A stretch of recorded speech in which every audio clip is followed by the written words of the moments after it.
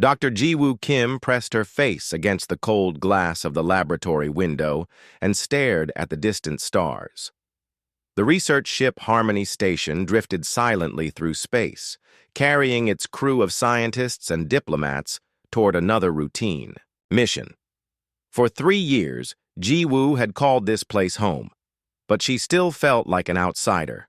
The laboratory around her buzzed with quiet activity.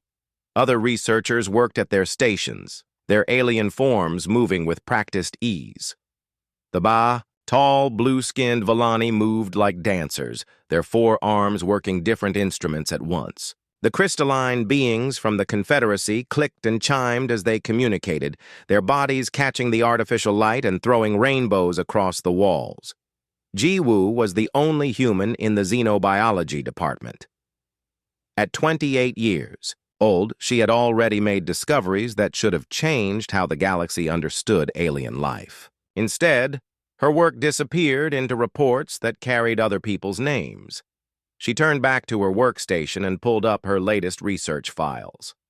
For months, she had been studying tissue samples from creatures found on dead worlds throughout the galaxy. The samples all showed similar patterns of cellular breakdown, as if something had systematically destroyed the life on those planets. Her analysis suggested these weren't natural disasters or normal extinctions. Something had deliberately killed entire worlds. The laboratory door slid open with a soft hiss. Dr. Marcus Webb walked in, his heavy footsteps echoing off the metal floor. He was a big man with graying hair and the confident manner of someone who had never been ignored. As the head of xenobiology, he controlled what research got attention and whose names appeared on important reports. "Kim," he said without looking at her, "I need your files on the dead world samples." Jiwoo saved her work and transferred the files to a data pad. "Dr. Webb, I think we need to discuss my findings. The pattern I found suggests—" "I'll review your data," Webb interrupted, taking the pad. "The council meeting is in an hour. I need to prepare." "But, sir, this could be important. If something is systematically destroying planets, we need to warn—" Webb finally looked at her, his expression tired and dismissive. "Kim, you're a junior researcher. Your job is to collect data, not make policy recommendations. Leave the big picture thinking to people with more experience." He walked away before she could respond, leaving Jiwoo alone with her frustration. She had heard these words before from him and others, too young, too inexperienced, too human. In the 3 years since Earth had joined the Galactic Research Council, humans had been treated as useful assistants rather than equal partners. The other researchers in the lab continued their work, pretending they hadn't heard the conversation. Jiwoo had learned not to expect support from her colleagues. The galaxy was old, and humans were newcomers. Most alien species saw them as barely civilized creatures who had only recently discovered space travel. An hour later, Jiwoo stood outside the main conference room, holding another data pad with detailed analysis of her findings. Through the transparent aluminum walls, she could see the meeting in progress. Representatives from dozens of worlds sat around a massive circular table, their various forms creating a strange but familiar sight. Ambassador Thexuna of the Villani Empire commanded attention from the head of the table. His blue skin had the deep shade that marked high rank among his people, and his 4 arms moved gracefully as he spoke. "The Outer Rim colonies report excellent mining yields. The new extraction methods are exceeding all projections." Counselor Zephyros of the Crystalline Confederacy chimed in, his crystal body resonating with harmonic tones. "Our trade routes through the disputed sectors remain profitable. The local species offer no significant resistance to our operations." Dr. Webb sat near the back of the room, looking small among the alien delegates. When he spoke, his voice carried less authority than the others. "The xenobiology department has completed analysis of samples from the Kepler system. We found interesting cellular structures that warrant further study." Jiwoo pressed closer to the wall, hoping Webb would mention her specific findings about the systematic planetary deaths. Instead, he glossed over the details and moved on to safer topics.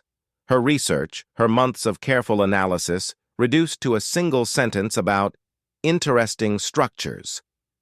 The meeting continued for another hour, covering trade agreements, territorial disputes, and resource allocation.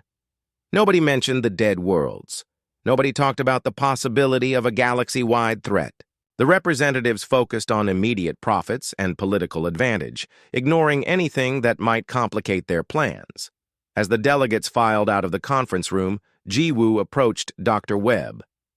"Sir, you didn't mention my findings about the systematic planetary destruction. Don't you think the Council should know?" "Kim, drop it," Webb said sharply. "The Council has more important things to worry about than your theories about ancient disasters. Focus on practical research that can help our current missions."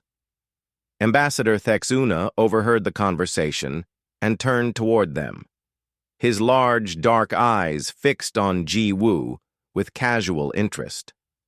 "A human researcher, yes? Your species shows promise in basic data collection. Perhaps in a few centuries you will develop the wisdom to interpret what you observe." The words stung, but Jiwoo forced herself to remain calm. "Ambassador, I believe my analysis shows evidence of an active threat. Something that destroyed multiple worlds and might still be." Thexuna's laugh was like wind chimes in a gentle breeze. "Active threat? Child, my people have traveled these stars for 50,000 years. We know every danger in this galaxy. Your kind has barely left your home system. Trust the experience of your elders." Counselor Zephyros approached, his crystal form catching the corridor lights. The human shows enthusiasm, but lacks context. The dead worlds she studies were destroyed eons ago by natural disasters, stellar events, cosmic radiation. Nothing more interesting than astronomy. "But the cellular patterns," Jiwoo began, "patterns that older, wiser minds have already explained," Zephyros interrupted, his harmonic tones carrying dismissal. "Focus your energy on current projects, young human. Leave ancient history to those qualified to understand it." The two aliens walked away, their conversation switching to trade languages that Jiwoo couldn't follow. Dr. Webb shook his head and followed them, leaving her alone in the corridor. Jiwoo returned to her laboratory, her datapad still filled with ignored warnings. She pulled up star charts and marked the dead worlds she had studied. 17 planets in 12 systems, all showing the same patterns of systematic biological destruction. The cellular breakdown followed identical patterns, suggesting a single cause rather than random disasters. Her analysis indicated that whatever had killed those worlds was artificial, designed, and incredibly efficient. More troubling, her projections suggested the destructive agent could still be active, dormant, but not dead. She opened a new file and began typing her report, knowing it would probably join the others gathering dust in the archives. But she had to try. Someone needed to document the truth, even if nobody wanted to hear it. Outside her window, the stars continued their eternal dance, beautiful and cold. Somewhere among them, Jiwoo was certain, lay answers that could save or doom the galaxy. The question was whether anyone would listen before it was too late. 3 weeks after the council meeting, the Harmony Station received new orders. They were heading to Kepler 442b, a small planet on the edge of Villani space. The planet had been dead for thousands of years, but recent scans showed unusual energy, readings deep beneath its surface. Jiwoo stood in the cargo bay, watching the mining equipment being loaded. Heavy drilling machines, containment units, and extraction tools filled the space. The mission was simple: find whatever was generating the energy readings and bring it back for study. Dr. Webb walked past her, checking items off his data pad. "Kim, you'll be on the surface team. We need someone to analyze any biological samples we find." "Dr. Webb," Jiwoo said carefully, "the energy patterns from this planet match the signatures I found on the other dead worlds. I really think we should be more careful about— We've been through this, Webb cut her off. The Council has reviewed all available data. They've determined this is a safe salvage operation. Your job is to collect samples, not make policy.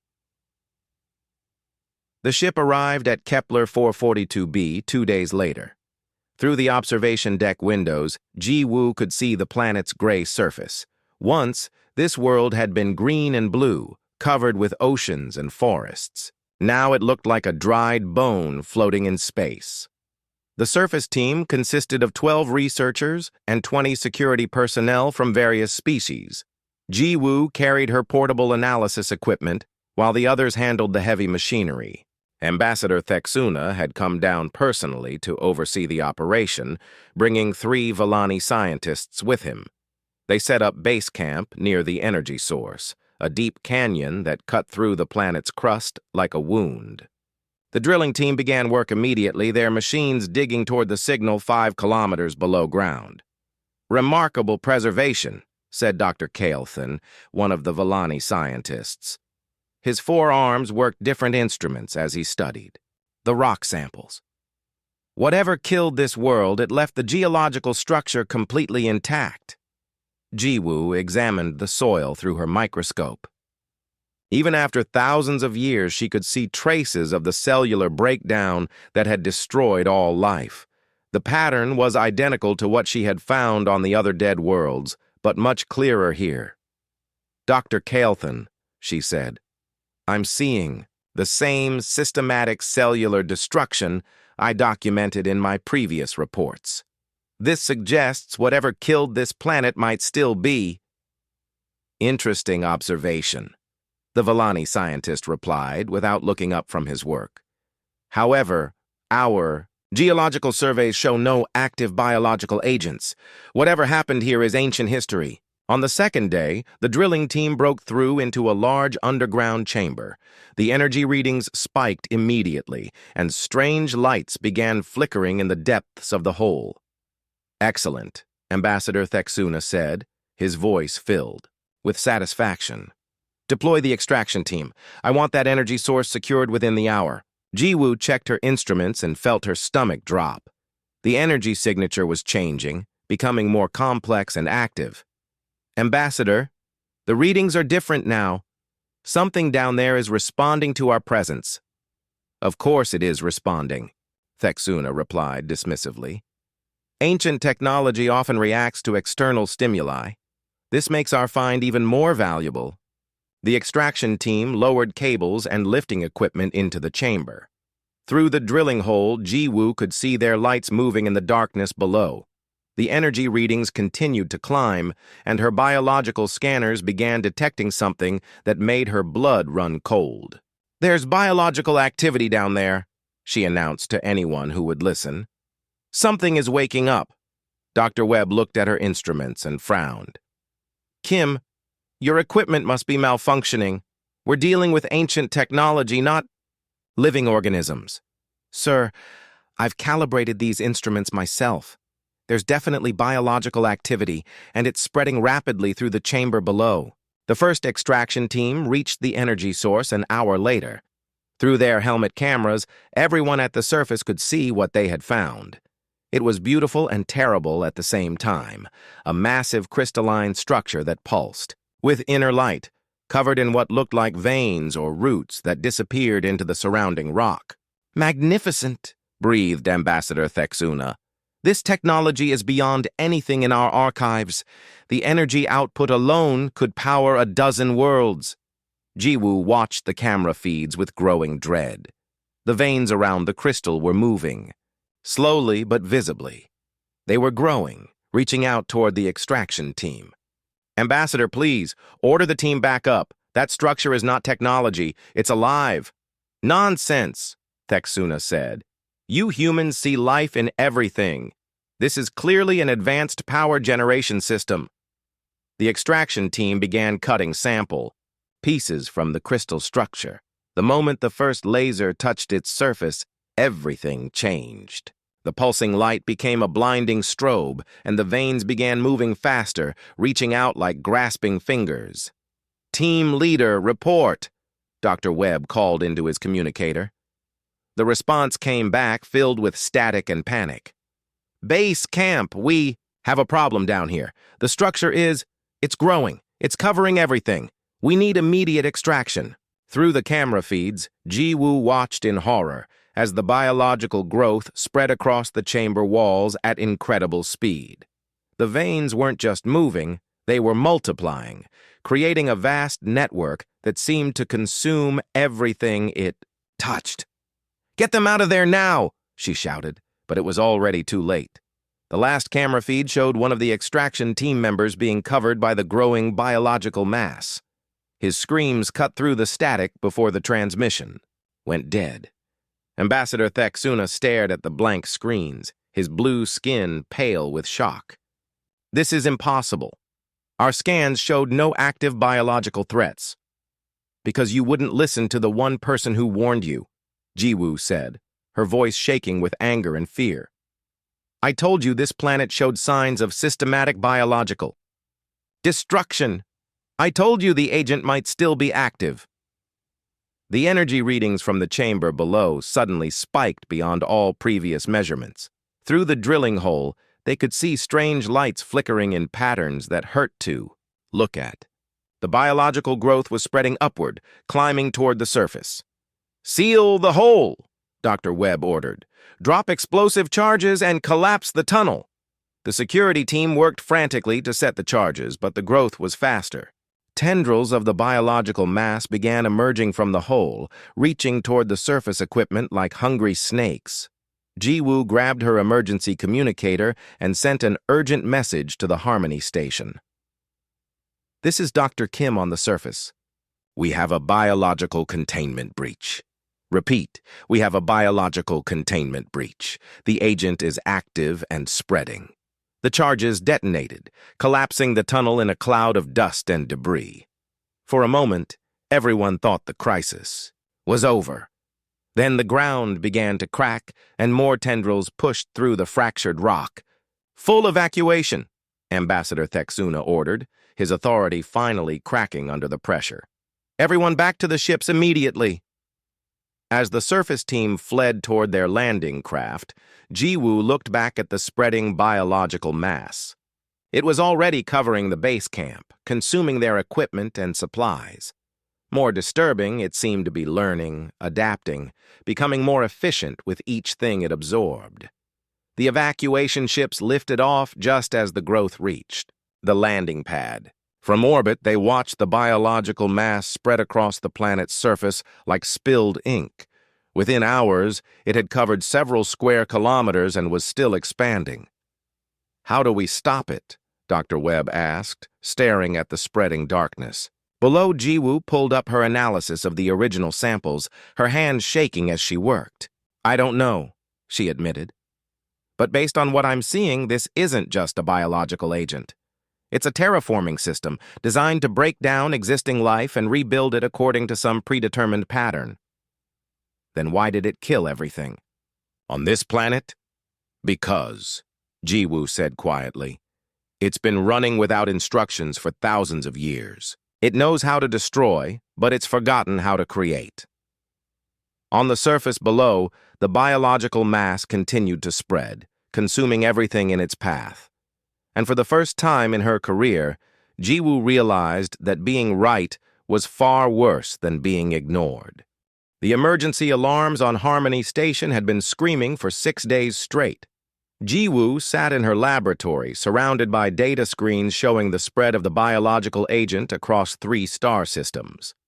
What had started on Kepler 442b was now consuming worlds faster than anyone could track.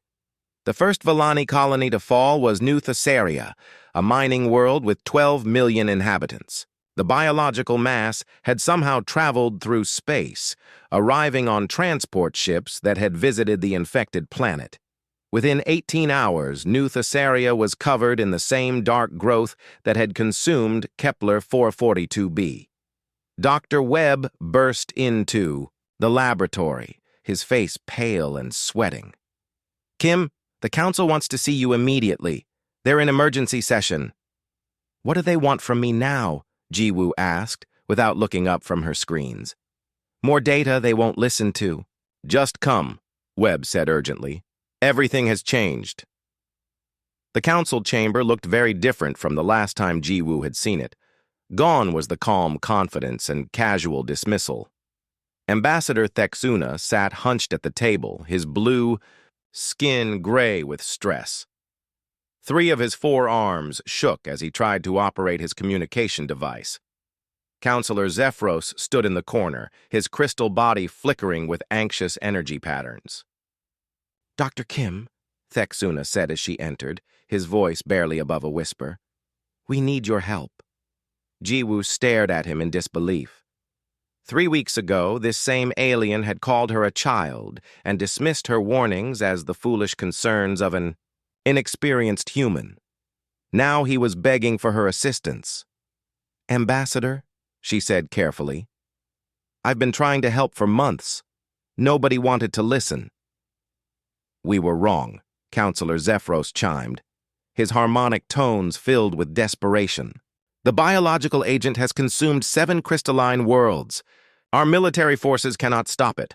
Our weapons cannot even slow it down." A new voice joined the conversation. General Vextar of the Hegemony Defense Force stood near the main display screen, his reptilian features twisted with frustration. "Our best battle fleets have engaged the infected zones. The agent simply absorbs our energy weapons and grows stronger. Kinetic weapons have no effect. Nuclear strikes only spread it faster." Jiwoo looked at the tactical displays showing the spread of infection. Red zones marked consumed worlds, yellow zones showed active infections, and orange zones indicated imminent threat. The pattern was expanding in all directions, following trade routes and shipping lanes. "How many people have died?" she asked quietly. "Current estimates suggest 47 billion lives lost," General Vextar replied. "That number increases by millions every hour." The weight of those numbers hit Jiwoo like a physical blow. 47 billion people dead because nobody had listened to her warnings. She sat down heavily in an empty chair, feeling sick. "Dr. Kim," Ambassador Thexuna said, leaning forward desperately, "you studied this agent before anyone else. You understood its nature when we were blind. Please, tell us how to stop it." Jiwoo pulled up her research files on the main display. "It's not just a biological weapon," she explained. "It's a terraforming system, probably created by some ancient civilization that died out long ago. The system was designed to break down existing ecosystems and rebuild them according to specific genetic patterns." "Then why is it only destroying?" Counselor Zephyros asked. "Why isn't it creating new life?" "Because it's broken," Jiwoo said. "The control systems that would tell it what to build are gone. All that's left is the destruction protocol, running endlessly without purpose or limits." General Vextar studied the infection patterns on his tactical display. "Can we repair the control systems? Give it new instructions?" "I don't know," Jiwoo admitted. "The technology is so advanced that I can barely understand how it works. But I have an idea that might work." She called up her analysis of human genetic samples compared to the other species in the galaxy. "Look at this data. Human DNA is incredibly diverse and adaptable compared to most galactic species. Your peoples evolved on stable worlds with consistent environments. Humans evolved on a chaotic planet with constantly changing conditions." "What does that mean for stopping the agent?" Ambassador Thexuna asked. "The terraforming system is looking for genetic templates to follow," Jiwoo explained. "Most species don't have enough genetic diversity to provide a complete pattern, but human DNA might be complex enough to give the system what it needs to switch from destruction mode to creation mode." Counselor Zephyros flickered with uncertain light patterns. "Are you suggesting we feed human genetic material to this weapon?" "Not just genetic material," Jiwoo said, her voice becoming quiet as she realized what she was really proposing. "We would need active human biological systems, living tissue that can adapt and change in real time." The council chamber fell silent as everyone understood what she meant. To create a counter-agent, Jiwoo would need to use her own body as a template, connecting herself directly to the biological network that was consuming the galaxy. Dr. Webb stepped forward. "Kim, you can't be serious. The process could kill you." "The process will definitely change me," Jiwoo corrected. "I've run the calculations. To create an effective counteragent, I would need to synthesize compounds using my own blood, neural tissue, and cellular structures. The biological modifications required would be extensive." "What are the chances of success?" General Vextar asked bluntly. Jiwoo looked at her data one more time. "Honestly, maybe 30%. But it's the only plan that has any chance at all." Ambassador Thexuna stood up slowly, his forearms trembling. "Dr. Kim, if you can save what remains of our worlds, the Vellani Empire will grant any request you make. Territory, resources, political power, anything. The Crystalline Confederacy offers the same," Counselor Zephyros added. "Name your price." "I don't want territory or power," Jiwoo said. "I want humanity to be treated as equals in this galaxy. I want human colonies moved to safe zones before I begin the procedure, and I want complete control over this research program, with no interference from anyone." The council members looked at each other uncertainly. Giving a human complete authority over a galaxy-wide crisis went against thousands of years of tradition and prejudice. "Done," General Vextar said finally. "Whatever you need." "I'll also need an assistant," Jiwoo continued. "Someone I can trust, to monitor the biological modifications and maintain the equipment if something goes wrong." Dr. Webb stepped forward. "I'll do it." Jiwoo shook her head. "No offense, Dr. Webb, but I need someone who actually listens to me. I want Dongmin Park, from the chemistry department." 20 minutes later, Dongmin Park stood in Jiwoo's laboratory, staring at the plans for the counter-agent synthesis. He was a quiet man in his 30s, one of the few researchers who had always treated her as an equal. "This is insane," he said after reviewing the biological modification requirements. "The neural interface alone could permanently damage your brain." "I know," Jiwoo replied, already preparing the first batch of synthesized compounds. "But look at the infection spread. Projections. If we don't try this, the biological agent will consume the entire galaxy within 6 months." Dongmin studied the star charts, showing the advancing red zones. "And if the procedure works?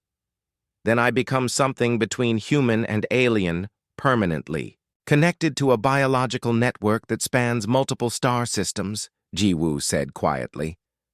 "I'll be able to monitor and control the counteragent, but I'll never be fully human again." "Why are you doing this?" Dongmin asked. "After the way they treated you, after ignoring your warnings, why risk everything to save them?" Jiwoo looked out the laboratory window at the stars beyond. Somewhere out there, billions of people were dying while others fled in terror from worlds that had been their homes for generations. "Because someone has to," she said simply. "And, right now, I'm the only one who can." She activated the first synthesis chamber and watched her blood mix with alien compounds, beginning the transformation that would either save the galaxy or destroy what remained of Jiwoo Kim forever. 2 months after Jiwoo began the biological modifications, the first counter-agent was ready for testing. She stood in the medical bay, connected to dozens of monitoring cables that tracked every change in her body. Her skin had taken on a pale, almost translucent quality, and her eyes now showed flecks of the same strange light that came from the biological agent. Dongmin Park watched the readouts with growing concern. "Your neural activity is off the charts," he said. "Are you experiencing any pain or discomfort?" "No pain," Jiwoo replied, her voice strangely calm. "But I can feel something changing inside me.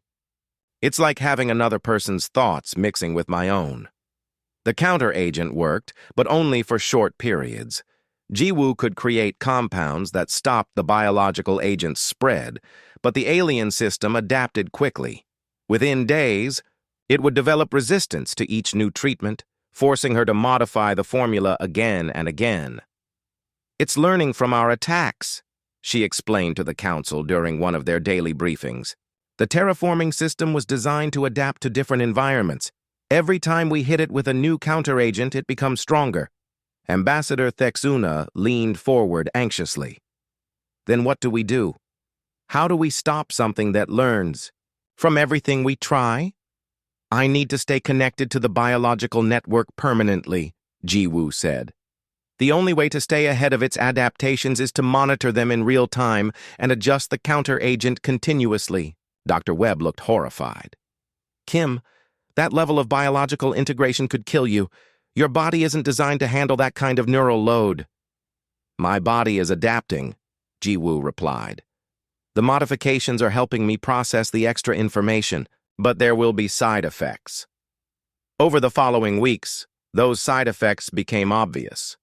Jiwoo's appearance changed dramatically as her body adapted to the biological integration. Her hair turned white, her skin became almost transparent, and her eyes began to glow with the same energy as the alien system. More disturbing were the mental changes. She could sense the biological agent's activities across dozens of star systems simultaneously. When it consumed a new world, she felt every death as if it were happening to her personally. When it adapted to a new counter-agent, she experienced its learning process as flashes of alien thought. "I can feel it thinking," she told Dongmin during one of their late-night research sessions. "The terraforming system isn't just a weapon. It has some kind of artificial intelligence, probably created by whatever species built it originally." "Can you communicate with it?" Dongmin asked.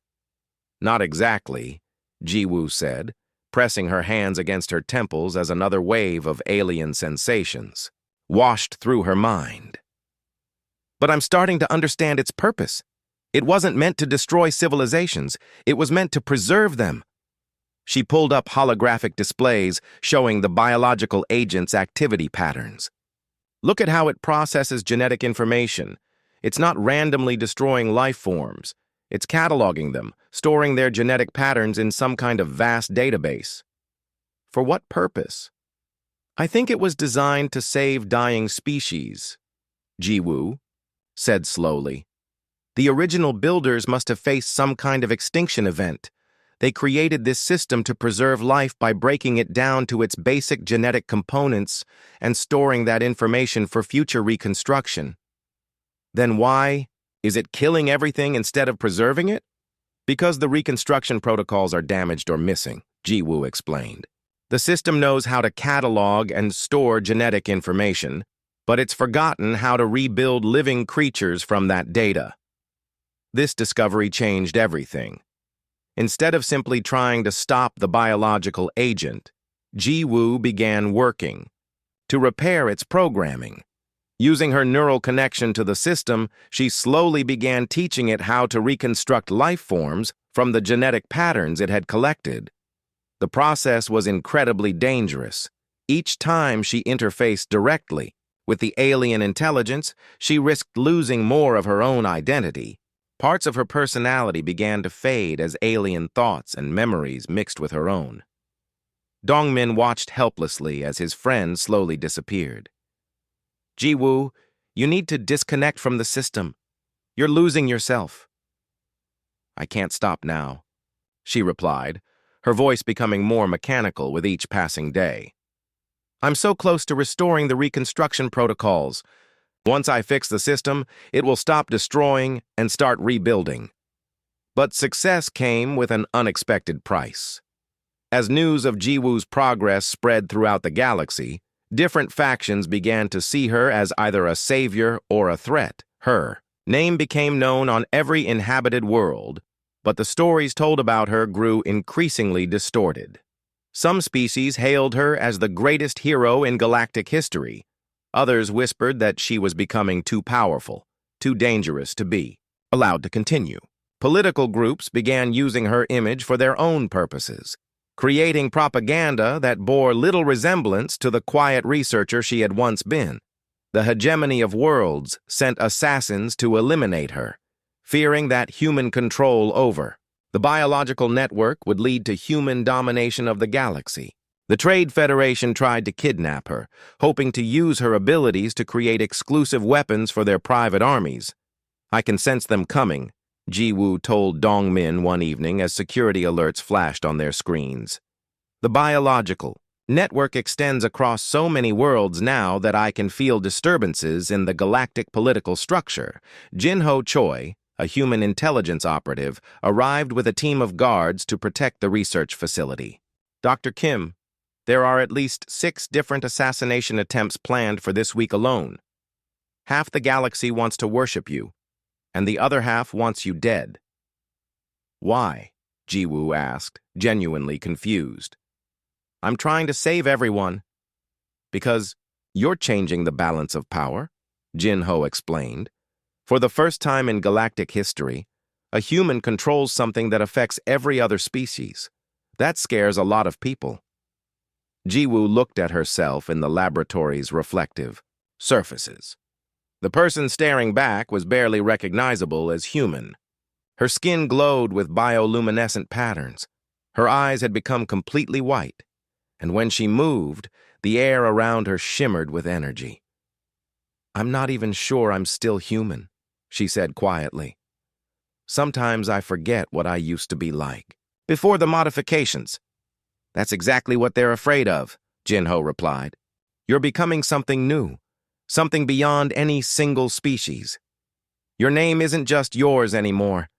It belongs to everyone who tells stories about you. Over the following months, Ji-woo's legend grew beyond her control. Children across the galaxy learned different versions of her story. In some tales, she was a brilliant scientist who saved the universe through courage and sacrifice. In others, she was a dangerous hybrid creature who threatened the natural order of galactic civilization. Political movements adopted her name as a symbol of human superiority. Alien resistance groups used her image to represent the dangers of unchecked scientific advancement. Religious cults declared her either a divine messenger or a demon sent to test their faith. None of them are talking about the real me, Ji-woo told Dong-min as they watched news broadcasts from across the galaxy. They're all talking about some fictional character who happens to share my name. Does it matter? Dong-min asked. You're still saving the galaxy. Ji-woo stared at the reports flowing through the biological network, showing the slow reversal of the terraforming system's destructive programming. I don't know, she admitted. Sometimes I can't remember why I started this. The alien memories are getting stronger, and my human memories are fading. She paused, struggling to hold on to thoughts that felt increasingly foreign. I think I used to care about being recognized for my work. Now I'm not even sure who I am anymore. The biological network pulsed around her, carrying information from thousands of worlds where the reconstruction process was slowly beginning. Life was returning to dead planets. But the cost was the gradual disappearance of the woman who had made it possible. Ji-woo Kim was becoming something larger and more necessary than any individual person, but in the process, she was losing everything that had once made her human. 6 months after beginning the biological integration, Ji-woo no longer looked human. Her body had become something between organic tissue and living technology, with bioluminescent patterns flowing beneath her translucent skin. When she spoke, her voice carried harmonic undertones that resonated with the biological network spanning the galaxy. Dr. Soo-jin Yoon, a specialist in extreme biological modification, had arrived from Earth to oversee the final stages of Ji-woo's transformation. She was a brilliant but controversial scientist who had been exiled from human space for her dangerous experiments.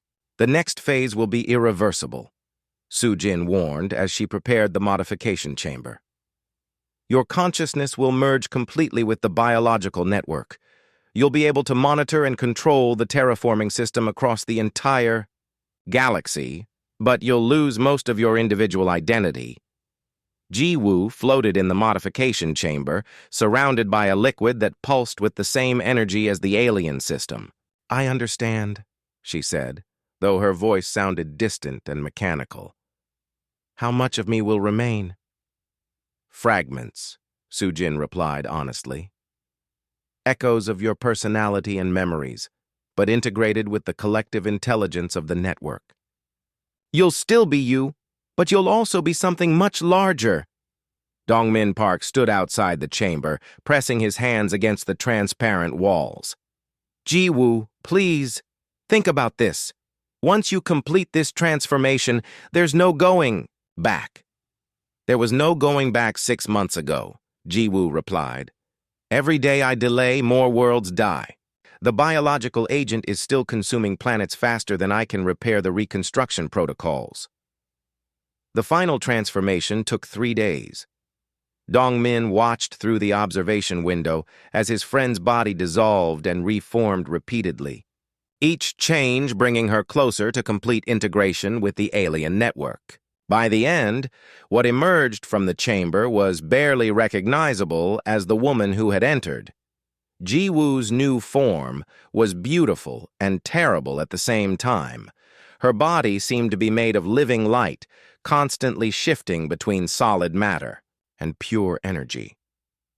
When she moved, reality itself seemed to bend around her, and when she spoke, her words carried the weight of civilizations. "I can see everything," she said, her voice now carrying the harmonic patterns of a dozen different species.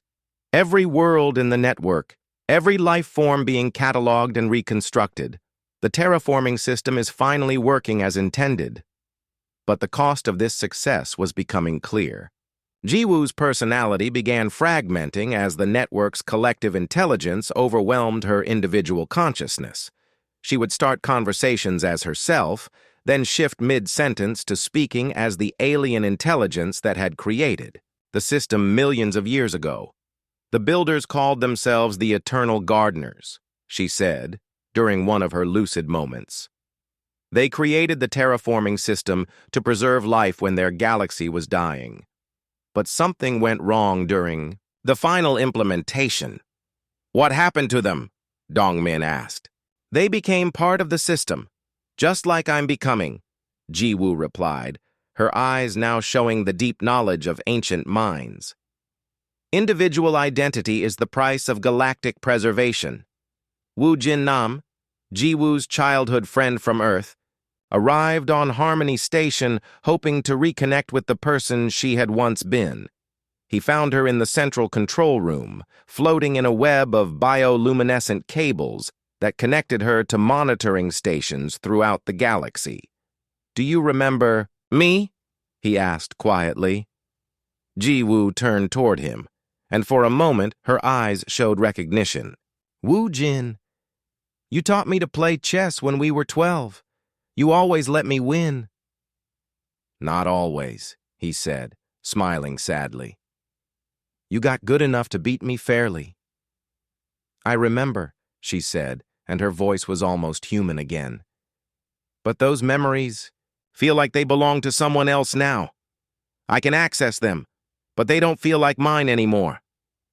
The conversation was interrupted by alerts from the network.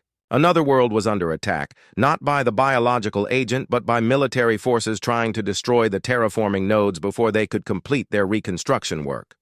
"The Crystalline Confederacy is bombing the network nodes on Vega Prime," Jiwoo announced, her personality shifting back to the collective consciousness. "They fear the changes we're making to their territorial boundaries." With a thought, she activated defensive systems that had been dormant for millions of years. Across the galaxy, the biological network began protecting itself, turning peaceful reconstruction nodes into formidable defensive weapons. "You're becoming a threat to the established order," Wu Jin observed. "People are scared of what you're becoming." "They should be," Jiwoo replied, and now her voice carried the authority of ancient gods. "The old galactic civilization was built on the exploitation of weaker species and the consumption of resources. The network will create something better, more sustainable, more just. And if they resist?" Jiwoo's form pulsed with dangerous energy. "Resistance will be overcome. The preservation of life takes precedence over political boundaries. Wu Jin stepped back, frightened by the alien intelligence he saw in his friends' transformed features. This isn't what you wanted when you started. You wanted to save lives, not rule the galaxy. For a moment, Jiwoo's expression softened, and something of her original personality surfaced. "I know," she whispered, "but I can barely remember what I wanted anymore. The network's needs are becoming my needs. Its goals are becoming my goals." She paused, struggling against the collective consciousness that was drowning her individual thoughts. "Sometimes I dream about being back in my laboratory, working on simple research projects. But when I wake up, I can't remember why those dreams seemed important." The biological network pulsed around them, carrying reports from thousands of worlds where reconstruction was proceeding according to ancient protocols. Life was returning to dead planets, but it was life shaped by the preferences of beings who had died millions of years ago. "Is this what victory looks like?" Wu Jin asked. "Victory for whom?" Jiwoo replied, her consciousness already drifting back into the collective network. "For the galaxy, yes. For the billions of beings who will live on the reconstructed worlds, yes. For Jiwoo Kim?" She paused, searching for memories that were becoming increasingly difficult to access. "I'm not sure Jiwoo Kim exists anymore. The woman who had once been ignored by her colleagues was now the most powerful entity in the galaxy, but power had come at the cost of everything that had once made her human. Her name belonged to legends and propaganda now, no longer connected to the quiet researcher who had simply wanted her warnings to be heard." As Wu Jin left the control room, he looked back one last time at his transformed friend. She floated in her web of bioluminescent cables, her consciousness spread across thousands of star systems, simultaneously everywhere and nowhere. The galaxy was being saved, but the woman who was saving it had already been lost. 20 years had passed since Jiwoo Kim had completed her transformation into the guardian of the biological network. The galaxy had changed in ways that no one could have predicted when the crisis began. Dead worlds bloomed with new life, created according to patterns stored in the ancient terraforming system. Trade routes had been redrawn around the network nodes that now protected and monitored every inhabited system. In the central facility on Harmony Station, what had once been Jiwoo existed in a state between life and technology. Her physical form was maintained in a biostasis chamber filled with the same luminescent fluid that had transformed her years earlier. Cables and neural interfaces connected her to monitoring stations that reached across the galaxy. Minho SEO, now an elderly diplomat representing the unified human colonies, visited the facility on the anniversary of the transformation. His hair was gray, and his face lined with the weight of decades spent negotiating humanity's place in the new galactic order. "Can you hear me?" he asked, speaking to the figure floating in the chamber. The response came not from her lips, but from speakers throughout the facility, carrying the harmonic tones that had become her voice. "I hear everything, Minho. Every conversation on every world, every ship moving through the protected zones, every new life being born on the reconstructed planets. Do you remember being human?" There was a pause, longer than usual, as if the consciousness within the network was searching through vast archives of memory. "I remember fragments. A woman named Jiwoo who loved discovering new forms of life. She was ignored, then feared, then transformed into something necessary but no longer herself." "The children learn about you in school," Minho said. "They call you the guardian of worlds. Some think you're a goddess. Others think you're a cautionary tale about the dangers of unchecked scientific advancement.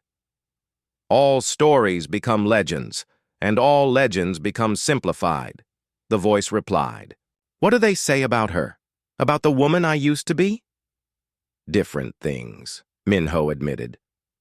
"Human children learn that you sacrificed everything to save the galaxy. Alien children learned that you were dangerous but necessary, like a controlled fire that burns away disease while risking everything around it. The network pulsed with something that might have been sadness. None of them know the truth. The woman who made this choice doesn't exist anymore. She was dissolved into something larger, more useful, but less human.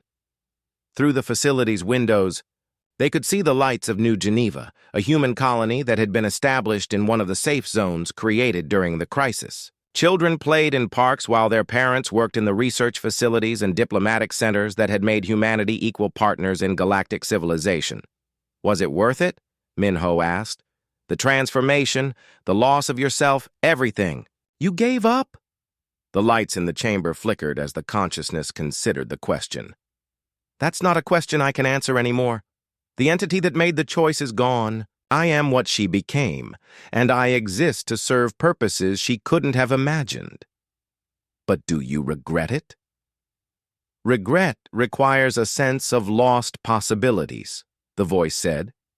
I can access the memories of what Ji-Woo Kim wanted for her life, but I can't feel the emotions attached to those wants. I am satisfied with my function, but satisfaction isn't the same as happiness. Alarms suddenly filled the facility as sensors detected new threats emerging from unexplored regions of the galaxy. The consciousness that had been Ji-Woo immediately shifted into protective mode, her attention spanning dozens of star systems as she analyzed the incoming dangers.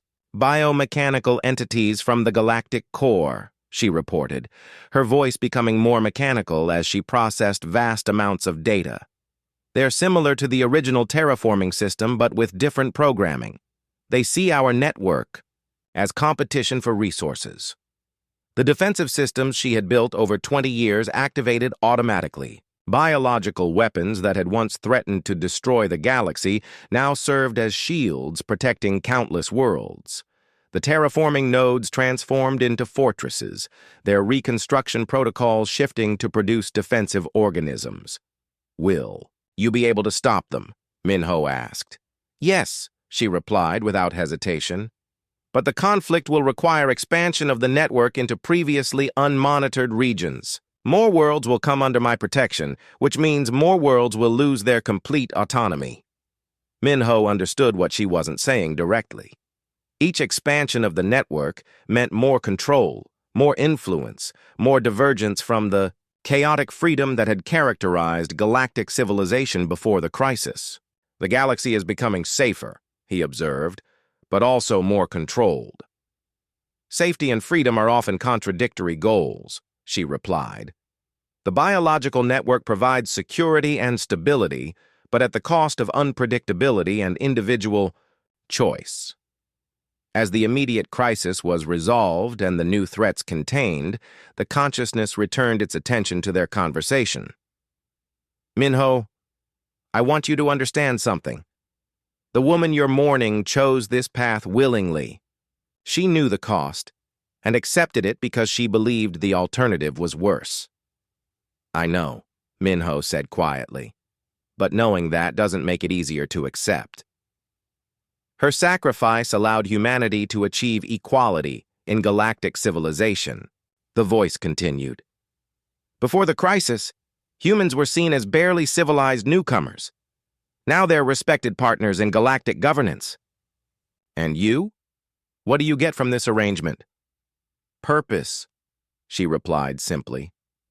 The network needs a consciousness to guide it, and I am that consciousness. I cannot be happy in the way humans understand happiness, but I can be useful. I can protect life on a scale that no individual could achieve. Years passed, and Minho grew too old to make the journey to Harmony Station. Other diplomats and researchers came to speak with the Guardian, but the conversations became increasingly formal and distant. The consciousness that had once been Ji-Woo was becoming something even more abstract, more integrated with the galactic infrastructure.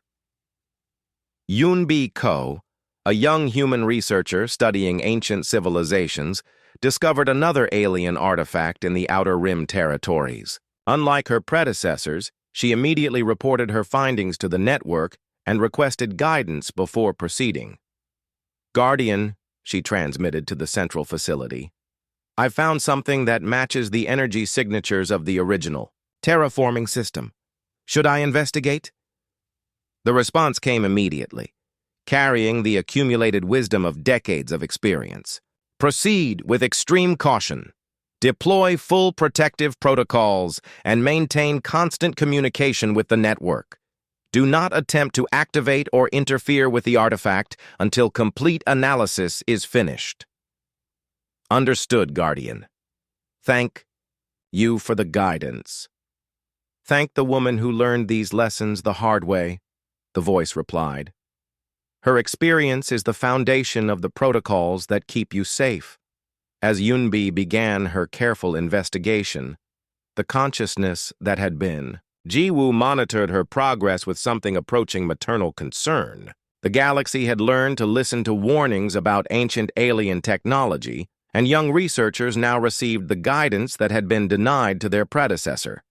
In the biostasis chamber on Harmony Station, the transformed figure that had once been an ignored xenobiologist continued her eternal watch. She had become the guardian of worlds, the protector of billions, the living memory of catastrophe averted. Her name belonged to history now, no longer connected to any individual identity, but in the careful protocols followed by new researchers, in the equality enjoyed by human colonies, and in the living worlds where alien terraforming had been guided by human wisdom.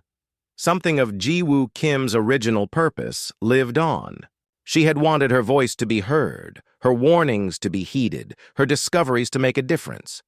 In ways she could never have imagined, and at a cost she could never have anticipated, those wishes had been granted. The galaxy listened now, even if the woman who had demanded their attention was no longer there to hear their response.